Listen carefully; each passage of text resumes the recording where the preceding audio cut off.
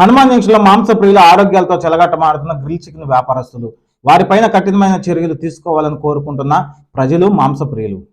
ప్రజల ప్రాణాలతో చెలగాటమాడుతున్న grill chicken వ్యాపారస్తులు.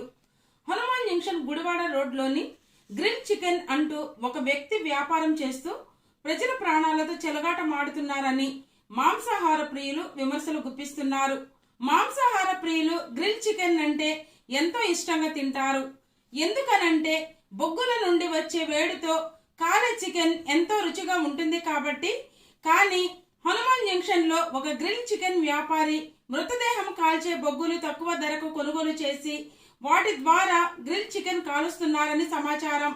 అంతేకాదు వ్యర్థకరమైన నూనెను వాడుతూ చికెన్ పకోడీ, ఫిష్ పకోడీ అంటూ ప్రజల ప్రాణాలతో చెలగాటమాడుతున్నారని మాంసాహార ప్రియులు గుసగుసలాడుతున్నారు.